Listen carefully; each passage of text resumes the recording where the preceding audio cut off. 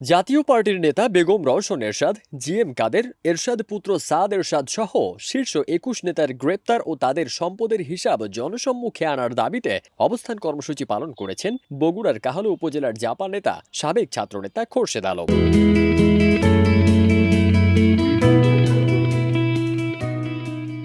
আমি মোহাম্মদ খোরশেদ আলম, সাবেক সাধারণ সম্পাদক পৌর জাতীয় পার্টি কাহালু, সদস্য উপজেলা জাতীয় পার্টি বর্তমানে।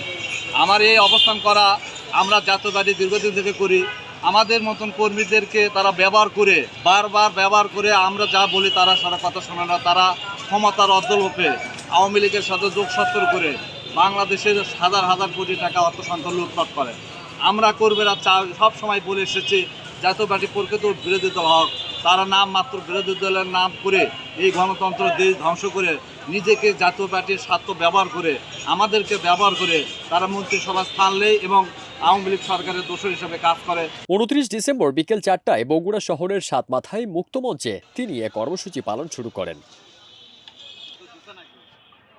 সাবেক ছাত্রনেতা খোরশেদ আলম কাহালু উপজেলার পৌর জাতীয় পার্টির সাবেক সাধারণ সম্পাদক ও বর্তমান উপজেলা জাতীয় পার্টির ৫১ নং সদস্য। আমি জাতীয় পার্টির একজন সদস্য হিসাবে, ন্যূনতম সদস্য হিসাবে বেগম রওশন এরশাদ, জিএম কাদের, আনোয়ার হোসেন, ব্যারিস্টার আনিসুল ইসলাম মাহবুব, কাজী ফিরোজ রশিদ, মশিউর রহমান রাঙ্গা, নুরুল ইসলাম ওমর, শরীফুল ইসলাম জিন্না, আলতাফ সরকার, নুরুল ইসলাম তালুকদার সহ আমি এখানে যারা এদেরকে গ্রেপ্তার এবং প্রকৃতভাবে সম্পত্তির হিসাব এবং অন্তর্বর্তী সরকারকে আশা করব তারা যেন বিচারের মুখোমুখি করে।